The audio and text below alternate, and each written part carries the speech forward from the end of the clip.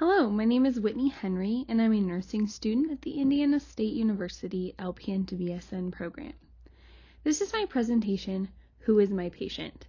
A guide to quick analysis and understanding of a patient.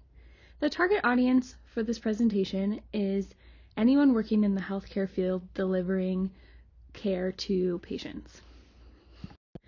The learning objectives for this presentation is that upon completion of this presentation, my viewers will be able to state the importance of understanding the patient's background, explain the disadvantages of caring for a patient without understanding their background, identify the tools that can be used to quickly analyze a patient and their background, and discuss actions that can be taken to improve the quality of care provided to your specific patient. Please pause the presentation here and take a moment to take the pretest.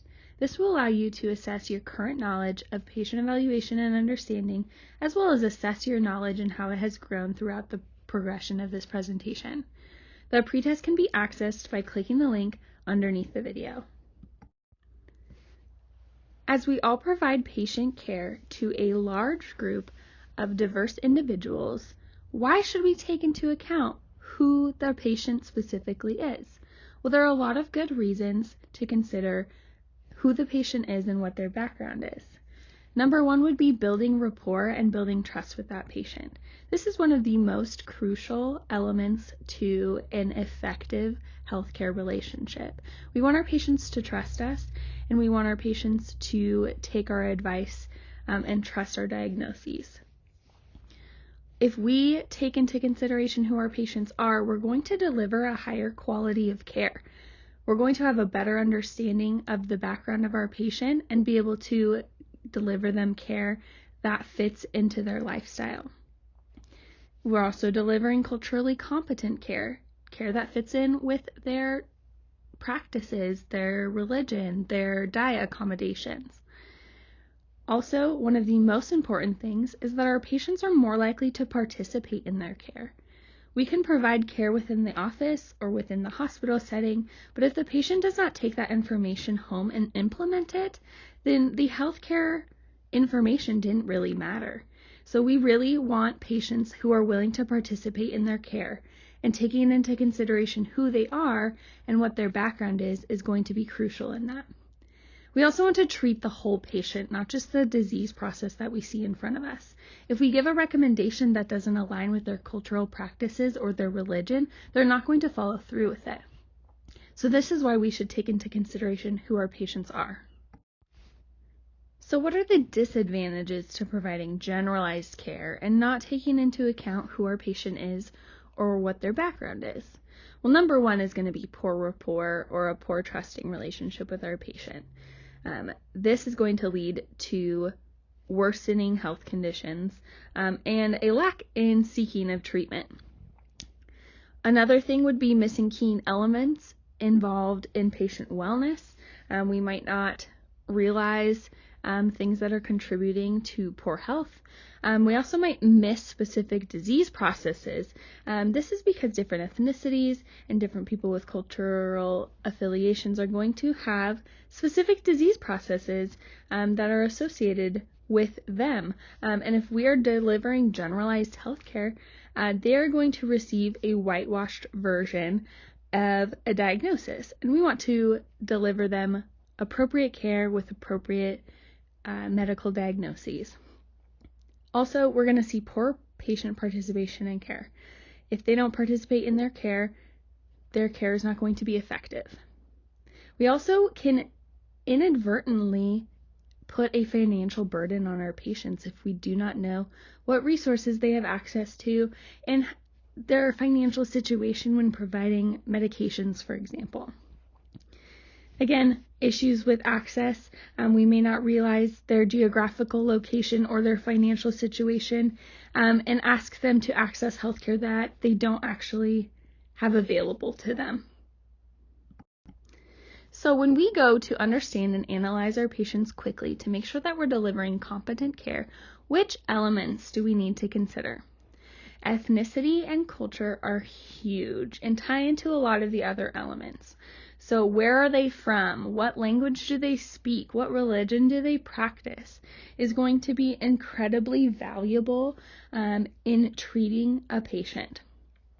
It is going to determine likely their diet, how they view healthcare, which healthcare practices they're willing to participate in, which language that they speak, how they view age and gender, and how we need to approach them when it comes to age and gender, how they view physical touch, how they express pain. We need to understand these things. It's also important to understand family dynamic. Are they from a nuclear family? Are they from a multi-generational family? If they're from a multi-generational family, are they receiving most of their understanding of healthcare or treatment of healthcare from an older relative?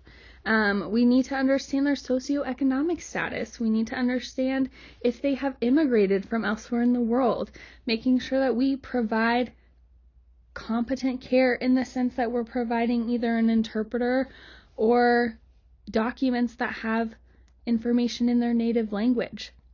Language barriers can be a huge issue in delivering appropriate healthcare. We need them to understand what we're saying so that they can create an environment that improves their wellness. We need to know what diets they're eating. Again, ethnicity, culture, and religion can play into that. We need to understand where they live geographically, because where they live geographically limits their resources. It tells us what is available to them, from anything from grocery stores to healthcare clinics. We need to understand what their living environment looks like. Are they living in a clean environment? Are they living in a very packed environment because they have a huge family living with them? We need to understand if they are exposed to any chemicals or dangerous situations at work. We need to know how literate they are, making sure that we're not providing them information that goes over their head. We want them to understand, and we want them to feel valued. And we also need to understand their personal view on wellness and healthcare, which will determine their personal goals. These are all elements that we need to consider when approaching an individual to deliver them competent healthcare. By implementing these quick analysis strategies, a nurse or any healthcare professional can obtain a concrete understanding of who their patient is, and thus they are able to deliver quality care specific to their patient while building a trusting relationship with them. If you have any further questions or just want to research this topic further, I've created a brochure that you can access by clicking the link underneath the video. You can print off this brochure and access the resources that I have provided to you if you would like any further information. Please pause the presentation here and take the post test. This will allow you to assess how your knowledge has grown through the course of this presentation. The post test can be accessed by clicking the link that can be found underneath the video. The following are the references that I have used to compile the information for this presentation. I hope that you have learned something that will prepare you to better provide effective and competent care to your specific patients. I hope that this is a tool that you can use to analyze and understand each individual patient better.